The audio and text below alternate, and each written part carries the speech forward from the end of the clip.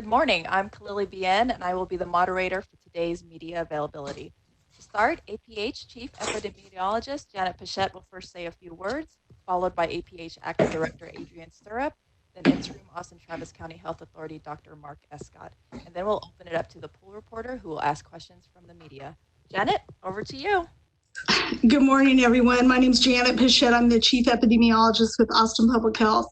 And one update I did want to provide to everyone was that on Thursday of this week, the dashboard and case counts will be down for that day because we will be transitioning to a new data management platform to address our ever-increasing number of cases that we have. So if you could please be patient with us as we work through that process and hopefully have the information back up on Friday morning.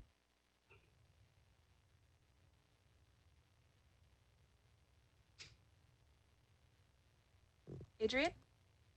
Good morning, Adrian Stirrup, Acting Director for Austin Public Health. Proud to announce this morning that our nurse line became active this week. We're really excited about that because it helps mitigate some of the barriers that our communities were facing. And so you no longer need a computer or email access to register for a test. You can just call 512-972-5560 and someone will help you.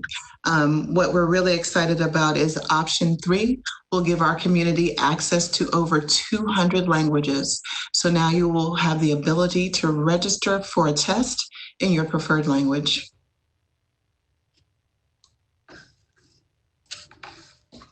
Thanks, Adrienne. I'm going to share some slides. Good morning again. It's Dr. Escott. I want to provide some updates regarding our data that pertains to COVID-19.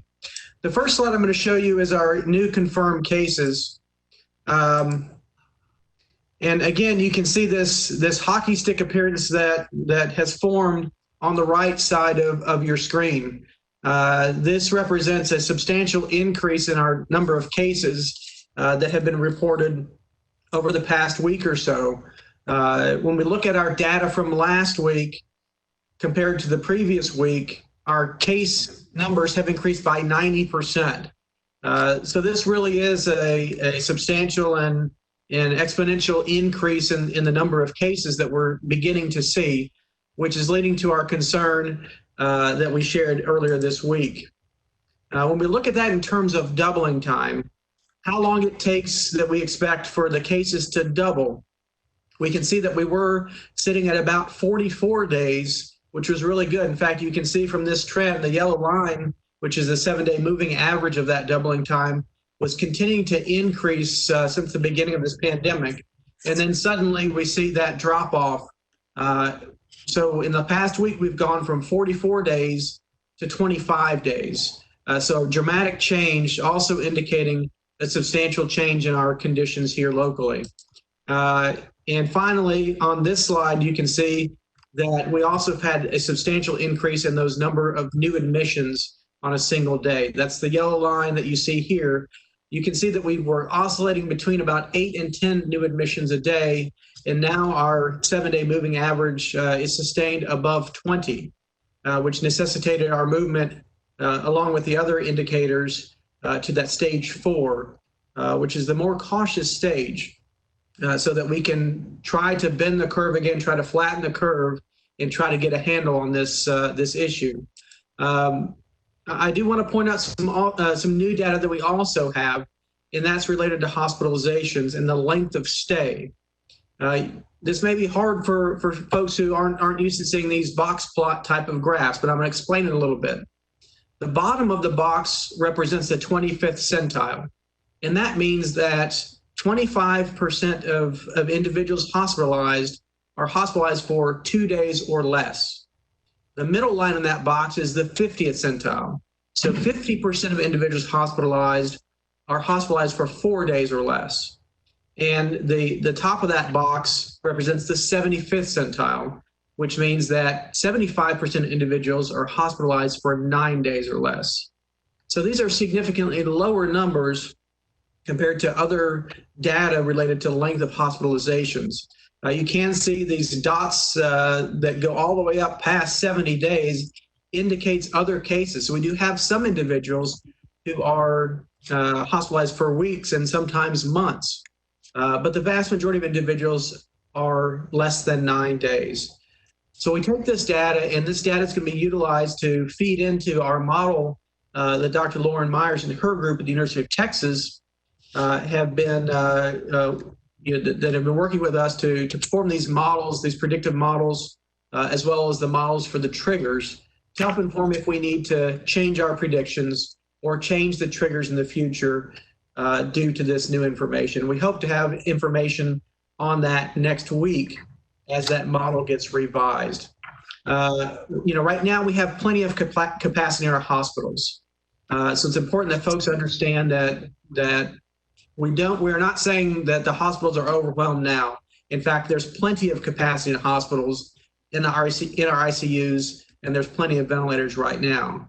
The concern is what's going to happen 3 or 4 or 5 weeks from now, because we've learned over and over again that we can't wait until the hospitals are full. We can't wait until we run out of ICU beds or ventilators before we take action. And that necessitated that change in the stage earlier this week, and it necessitates change in behavior for all of us in the community to try to avoid that system being overwhelmed. This slide is an update of our demographics associated with hospitalizations. The green line at the top represents our Latinx community. And again, you can see that that community is overrepresented in terms of hospitalizations, with 65% of individuals hospitalized last week being from our Latinx community. You can see that our yellow line is our other category, so we don't know too much about who makes up that group, but the 2 lines above it are our blue line, which is our white non-Hispanic, decreased and is underrepresented in terms of our population, and the gray line is our African American population, 9.2%, again also indicating overrepresentation of our African American community members in terms of hospitalizations. When we look at our testing numbers, and we've had a lot of questions about our testing numbers. You can see the total number of tests on the left column, which indicates that we've more than doubled our testing in the last week. And we're proud of that. Our teams have been doing a great job at getting folks through the testing. This data is just for our drive-through testing sites, but you can see an overall percent positive of 5.8%, which is not a bad number. But when you look at the details of that number, it shows us a different story. It shows us that 23.5% of our Latinx community is positive that have gone through the drive-through testing. It shows you that our African American community is 7% positive, again, significantly higher than our overall numbers. And our Asian American community is also significantly higher than our white non-Hispanic community. So there's still substantial variation in terms of race and ethnicity when it comes to both being diagnosed right now with COVID-19 and hospitalizations. And with that, I will turn it over to you for questions. All right, now to our pool reporter, Christopher Neely from Community Impact. All right, hey, can you all hear me? Yes. All right, hey, Chris Neely here with Community Impact. First question is from us. So when stay-at-home orders were first announced in March, leaders and health officials from across the metro came together to speak as one voice in battling the coronavirus. That hasn't happened since. What level of coordination currently exists between cities and health authorities in the metro, and even between us and other major cities in Texas in containing the coronavirus? And how important is a high level of coordination, especially as we begin to see the surge? So I'll start off, and the others I think will likely want to comment as well. I think we have a good level of unity happening now. We work regularly with our partners from our surrounding jurisdictions. We work regularly with the state to coordinate efforts. We share case information and dialogue with our neighboring health authorities and epidemiologists. I think what we're seeing is political division happening, and that's concerning because public health should not be a political issue. The things that we're recommending from the city of Austin and Travis County are, largely the same thing that the governor's recommending. I saw in his press conference yesterday the stressing of the importance of both the economy and maintaining public health. He stressed over and over again the importance of masking and social distancing and the personal hygiene and staying home if you don't need to be out. Those things are important. Those things we agree on. And I think it's important that we stop the division that's happening publicly. We stop the misinformation that's happening by some groups who choose to create division. And we move forward together as a unified body, as a unified state, as a unified country, so that we can get a handle on this. We simply cannot afford for political division at this stage. And I'll chime in from the EPI perspective. As Dr. Escott mentioned, we do have regular routine conversations with our epidemiology and health department staff in our surrounding communities, especially transferring cases over to them that belong to them or them transferring cases into us that belong to us. We've also been working closely with epidemiologists from the major metropolitan areas just to see if our experience and the increase in cases is consistent, and just trying to identify ways and strategies to tackle that case investigation activity so that it's good for public health. And I'll add also from the public health perspective across the region, public health directors and leaders are in constant communication around strategy and implementation. We're working closely with the state health department. We're sharing resources from what the best way to spend CARES funding to the best way to implement mitigation measures. So there is a lot of collaboration throughout the system. And I would also like to add that from a testing perspective, our testing sites have been open now to our neighboring counties, and we're working with them to, provide a testing solution to help them with their number of people interested in testing. But also our isolation facility that's available has been opened up to include providing that assistance to neighboring counties, because we realize that a lot of people may live in our surrounding jurisdiction, but they actually work here in the Austin area, and we want to make sure that while we're supporting them in those ways possible. Okay, next question is from the Statesman. Are new cases and hospitalizations particularly severe in cities and counties with higher populations and more density? What trends are health officials seeing in smaller or more rural counties? Is there equal cause for concern in those places? Again, I kind of touched on this in the last comment, but we are seeing increases in trends throughout most jurisdictions statewide. And again, because we do have, from a population density standpoint, a large number of people who reside in those rural counties who come into the Austin, Travis County area to work, especially with reopening occurring, they may contract illness here and take it home to those communities. So again, we try to stress the prevention message. That's your best defense against this virus. Those things that we've been stating all along, but and if people develop illness, they need to follow up and get testing.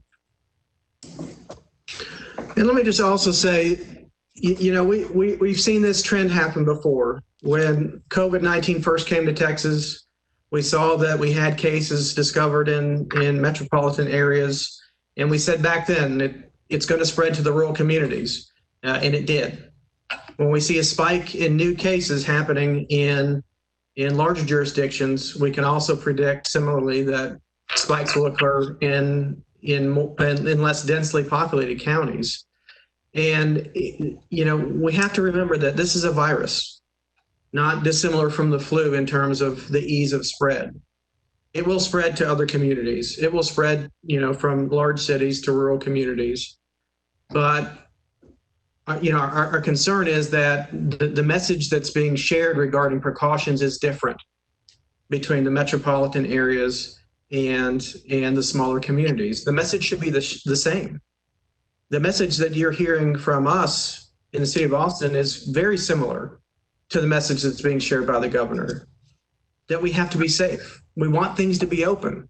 We want the economy to be productive, but we can't do that at the expense of public health. The masking, the social distancing, the personal hygiene are critical messages that we all must hear and must engage in if we want to be safe. Yes, and just to agree and reiterate Dr. Escott's points, especially in our rural communities where there is often a lack of infrastructure and support, we want to make sure that the messaging is clear for those communities. Again, and I'll say it, I'll sound like a broken record. We want you to mask, we want you to socially distance, and we want you to practice proper hygiene. And we also want to make sure that there's information and tools to put supports in place to protect and promote community resiliency. Okay, next question is from CBS Austin. We're now in the week when Austin Public Health said that we'd see protests potentially impact the number of new cases. What are you seeing in regards to that? And does the contact tracing questionnaire cover protests? So we haven't really seen any increase that's been directly associated with protests. But again, it's our case investigation form. It's a case report form that we use that includes the contact tracing portion, but it does cover congregate settings. And so most of if not all of the case investigators have been trained to, when they get to that question about congregate settings, to ask if there are any situations like protests that they may have been involved in, so that we can include that information and start tracking that. But to date, we haven't really seen a huge impact. We haven't seen a huge number of cases increasing, but none that have been specifically attributed to the protests, maybe some anecdotal. A lot of things that I personally have seen in the cases that I've processed have been related specifically to reopening and people wanting to get out and visit restaurants and bars and things like that. Those are some of the cases that I've been seeing specifically, or just, go re-entering the workforce and being in work settings that might have cases that are positive.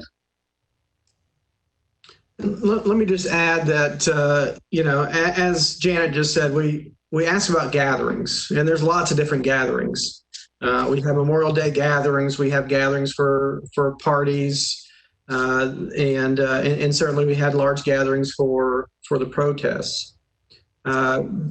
But really, we're focused on right now is ensuring that if people were gathered together, regardless of the reason, and they had an exposure, that exposure is contained. So there is some risk of transmission within that gathering group. And, it's going to be some. We don't know how many yet, but it's going to be some. The real risk is spreading outside of that group. And that's why we took the steps to lower the bar, lower the threshold on testing to make sure that anybody who was gathered in any way over the past several weeks have an opportunity to get tested. And if they test positive, that they can isolate to prevent that further spread. So we'll continue to gather that information. But it's important that folks feel safe in sharing that information. And we want to make sure that when it comes to case investigation and contact tracing, that folks understand that we're not going to share information.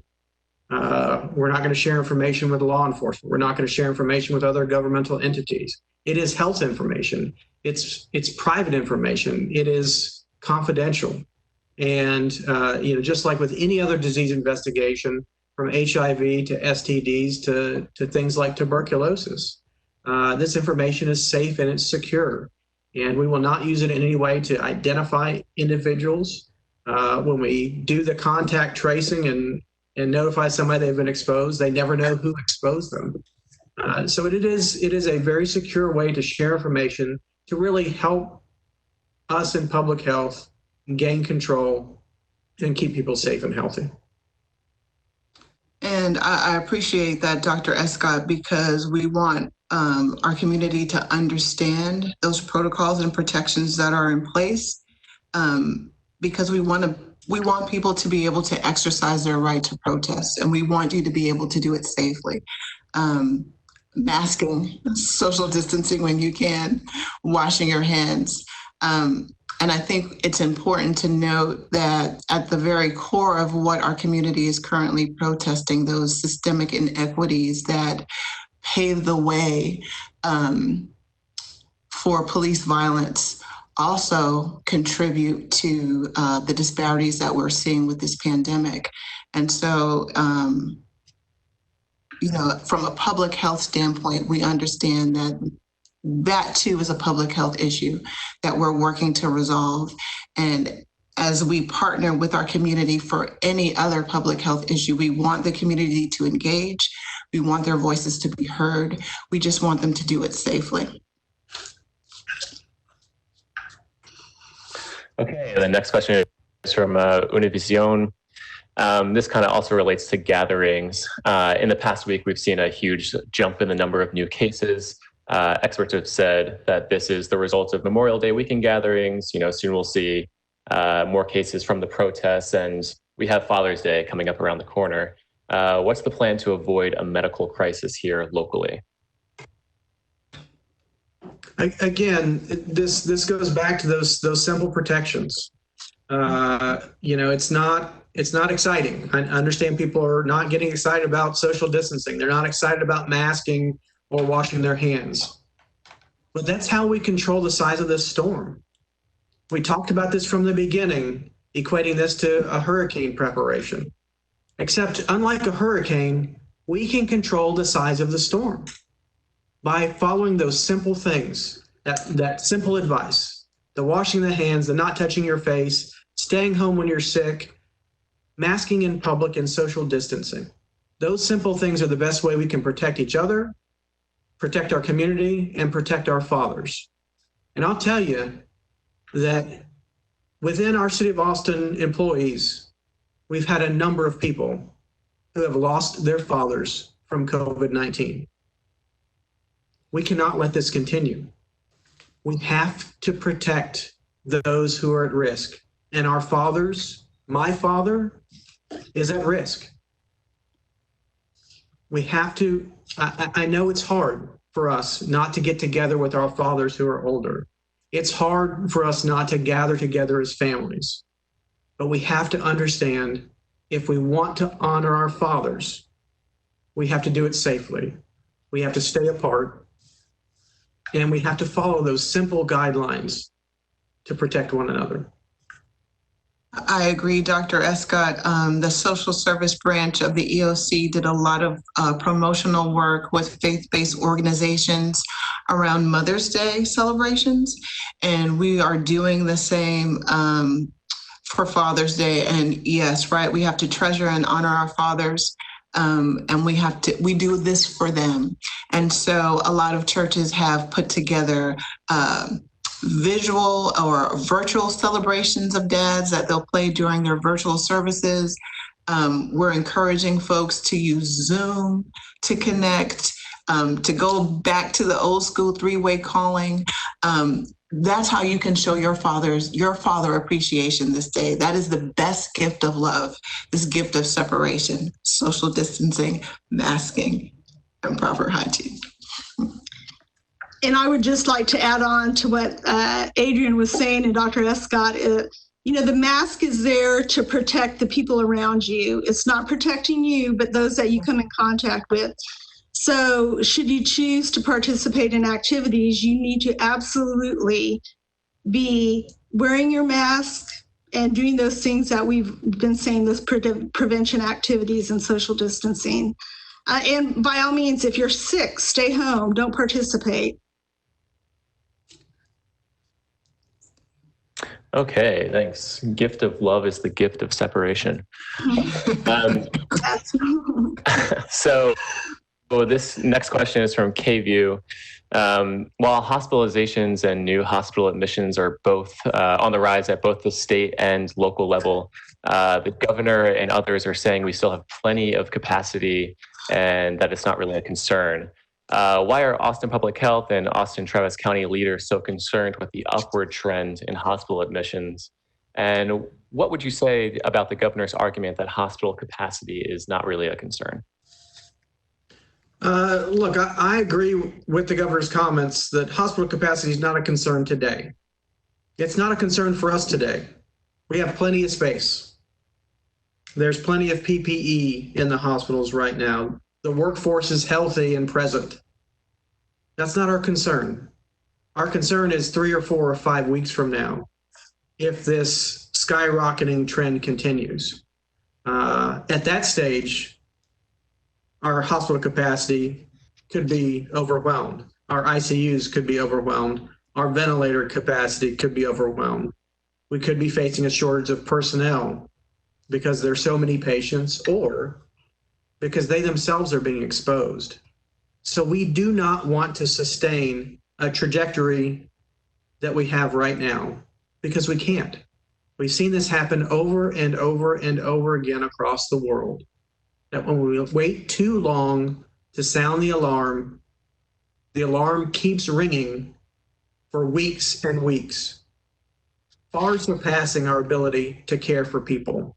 And we're talking about the potential, if we wait too long, of exceeding hospital capacity by thousands of individuals in a single day, as far as needing hospital beds that we cannot provide. But it's a nuanced message. The message is we've got to change our behavior today to affect that in the future. But we also must take care of those health conditions that we have been neglecting. We've got to get immunized if we've been putting that off. We've got to get our physical examinations done. We have to go get our medication refills. We need to not delay those elective procedures or those diagnostic procedures that we may have been putting off because of our concerns for COVID-19. The hospitals are safe and healthy today. There are plenty of nurses and doctors and equipment and room for people. But that should not dispel the cautionary note that we must share, that we cannot maintain this trajectory. And we as individuals, we as a community, have to come together to alter the course of this curve. We've got to flatten the curve. We've got to downgrade the storm, because we're in this for the long haul. We've got another year left of dealing with this. So we also need to find that right spot, that sweet spot where we can deal with the infection, but also have a life which is more normal than it has been over the past couple of months.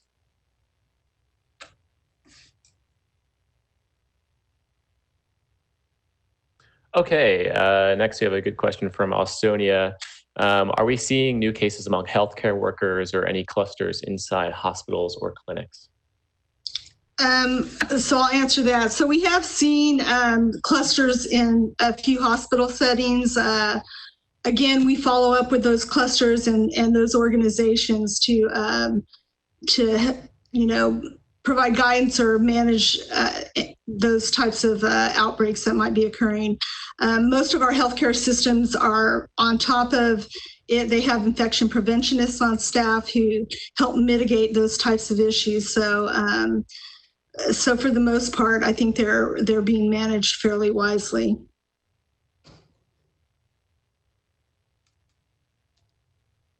Okay, next is from Co-op Radio. Is APH looking into new approaches to influence individuals to act within the published guidance, including state agents like TABC and the State Park Police?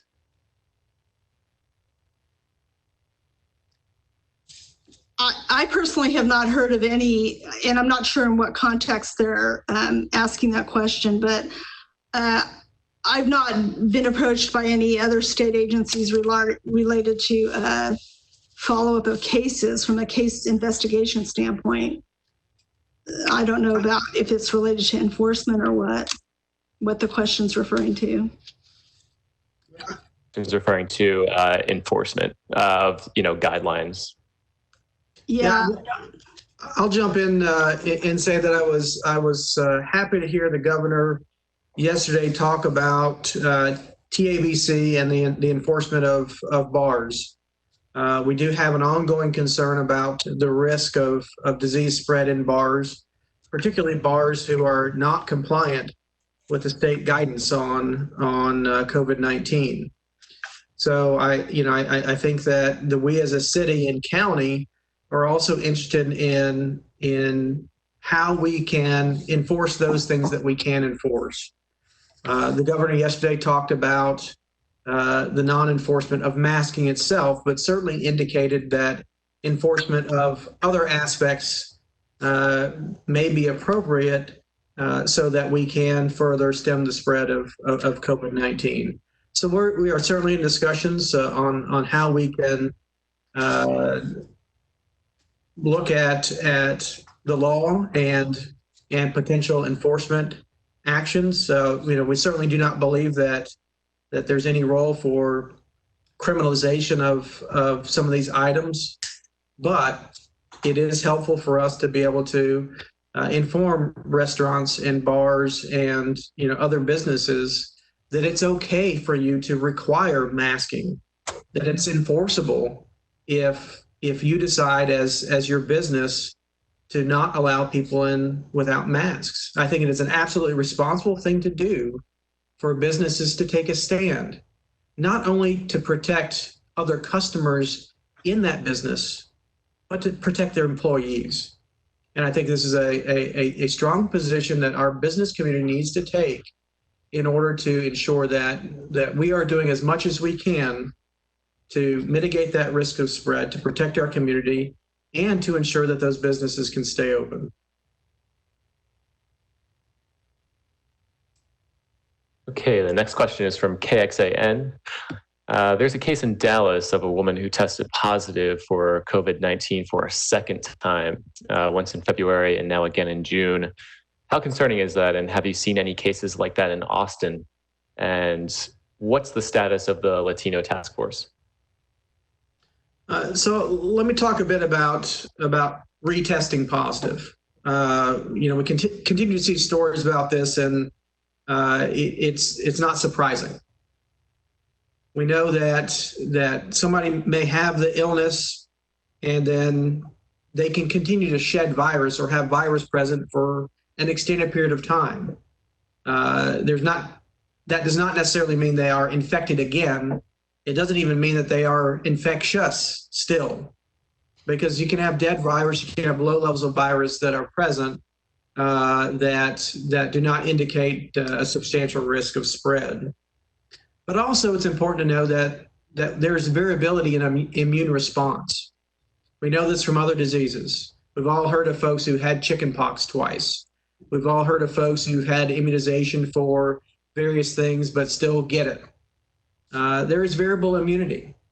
Some people are going to mount a good immune response and develop lots of antibodies that protect them. Others are not. And that's just a simple fact of disease.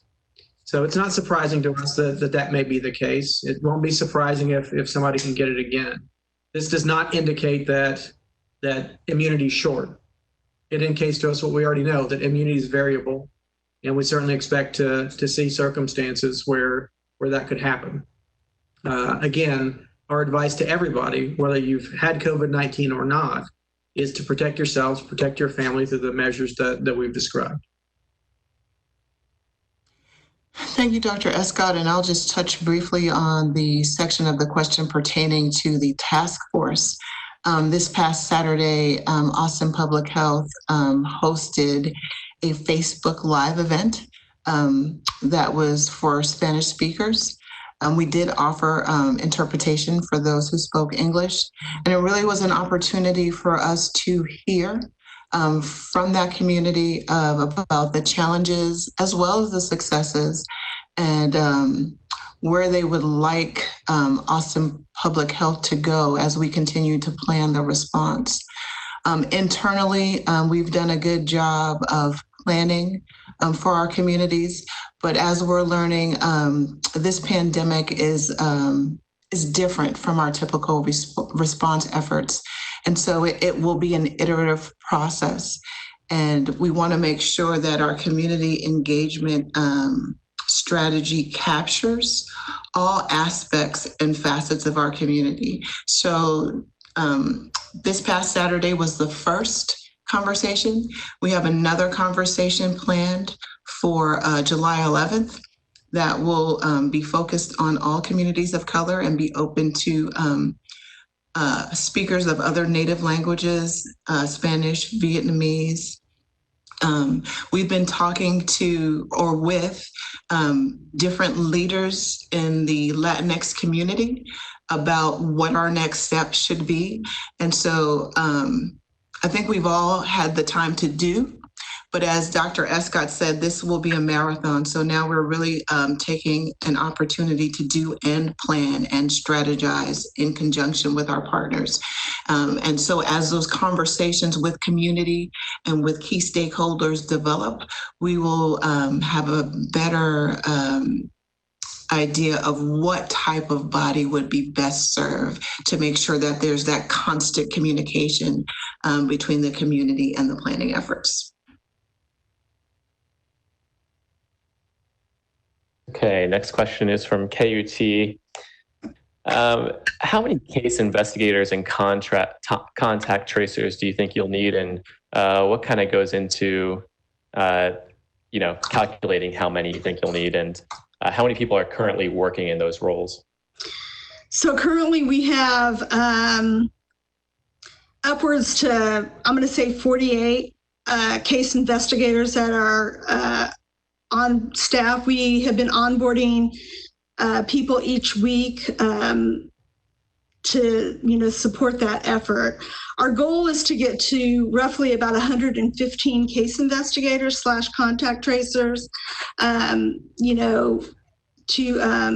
follow up with cases.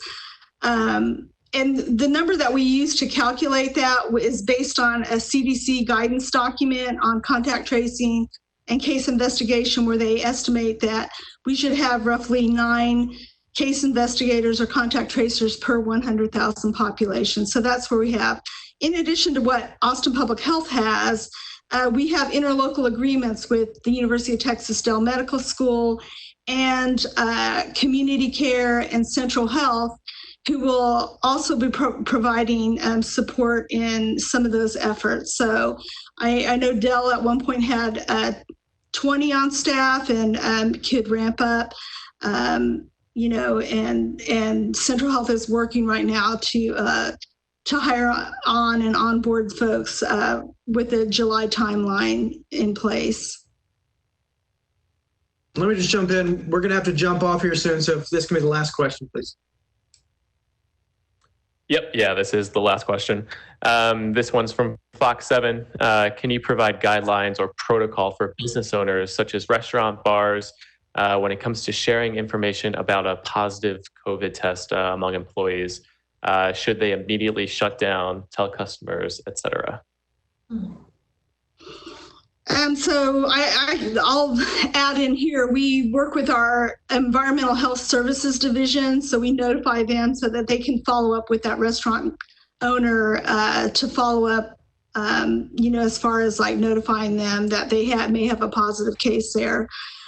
We also work individually with those cases to let them know that they will need to be under a control order and that they need to self-isolate at home for a period of time until their symptoms are resolved and they're fever-free.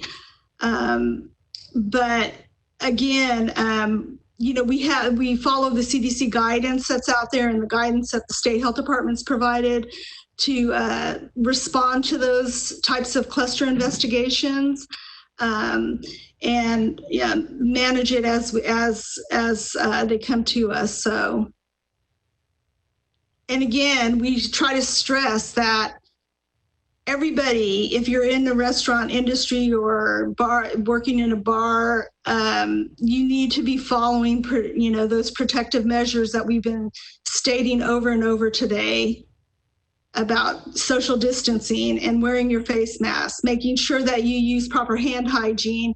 And if you're sick, you need to stay home. I also do want to point out that employers don't have a right to know the medical information of employees. Mm-hmm. Generally, the way that our case investigators will approach this is when they call a business owner or manager, they'll say that an exposure happened in their facility. There's no disclosure of who that individual was, and there's an attempt to collect information about who else was working during particular periods of time, any customers that may have been present during those particular periods of time. So we go through great lengths to ensure that information stays safe and secure.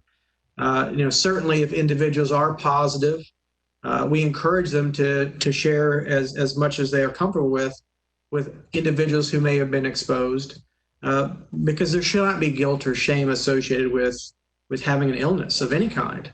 And, I'm concerned that there's guilt or shame associated with folks who get this. It's going to happen.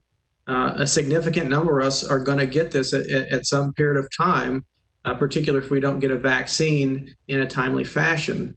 So it's not something we should be ashamed of, but it is something that we need to work together to control. And that means being as open and honest as you can with those who may have been exposed, so they know and can prevent exposure to others.